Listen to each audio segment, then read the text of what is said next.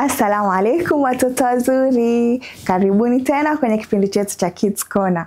Mimi ni Miss Mariam na leo nataka kuwasimulia hadithi nzuri sana. Hapo zamani za kale, paliondokea mtoto mmoja alikuwa anaitwa Yusuf. Yusuf alijulikana kwamba alikuwa na tabia nzuri, lakini alikuwa na shida moja tu. Yeye alikuwa hana subra kabisa, hawezi kusubiri.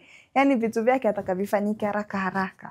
Kama kwa mfano akisikia njaa, ataka chakula kiwe haraka hapo hapo. Hawezi hata kusubiri, labda akichelewesha tu kidogo, huwa ni shida, atakasirika nyumbani. Ama labda toy yake imevunjika, atakatengezewe mbio mbio. Sasa siku moja, akaenda kumtembelea babu yake. Alipoenda babu yake akampa zawadi. Ile zawadi ilikuwa ni seed ya maembe. Akamwambia chukua hii seed, ni nzuri, maembe yake ni matamu, nenda ukaplant, alafu baadaye utakuja utapata mazao mazuri. Yule Yusuf akafurahi mwenyewe, akaichukua, venye alivyorudi kwao mbio akaenda hadi kwa garden yao. Alipoenda kwa garden akaplant ile seed, akamwagilia maji, anaiangalia kila siku. Sasa baada ya siku 3 amechoka, ashangaa mbona huu mti haumei? Mimi nishachoka kuangalia. Akakaa, akauangalia tena siku ya 4, siku ya 5 akarudi kwa babu yake. Akamwambia babu, mimi nishachoka bwana. Mimi nimeplant hiyo seed lakini hata sioni ikianza kumea. Hata haijaanza ile leaf moja haijaanza. Babu yake akamwambia kuwa na subra Yusuf. Wajua mambo mazuri hayataki haraka. Kwa hivyo wewe endelea tu kutake care hiyo plant, alafu utapata mazao mazuri. Yule Yusuf akamwambia bwana babu, mimi nina mambo mingi ya kufanya.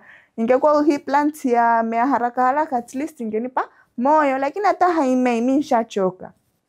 Basi yule babu yake akamwambia, mwanangu, ngoja nikukumbushe kisa kimoja. Ushai kusikia kisa cha Nabii Ayub? Akamwambia, shai kukisikia. Akamwambia wakumbuka kwamba Nabii Ayub alipoteza mali yake, familia yake na bado haku give up. Yeye akamwomba Mwenyezi Mungu na baada ya hapo kila kitu kikamrudia. Akakaa akasema ukweli, kama yule ni mtume na ameweza kusubiri akawa na subra na amepata mambo makubwa sana, kwa nini mimi siweze kusubiri na hii seed ya muembe? Kwanza na leo mimi nitakuwa na subra. Akarudi zake kwao, akaanza kuitekea ile plant kila siku, ha give up mwenyewe, akaanza kuiwater, anaitia maji. Baada ya muda mchache ukaanza kuchomoza, ukaanza kumea vizuri. Akakaa haku give up hivyo, maana sitajua mtu ukianza kumea si ati utatoa matunda. Basi akakaa kasubiri, baada ya mwaka ama miaka 2 maembe akaanza kuzaa, maembe mazuri matamu mingi. Alafu anakula yeye na familia yake, mpaka majirani anawapelekea, akafurahi. Na hadithi yangu ikaisha hapo.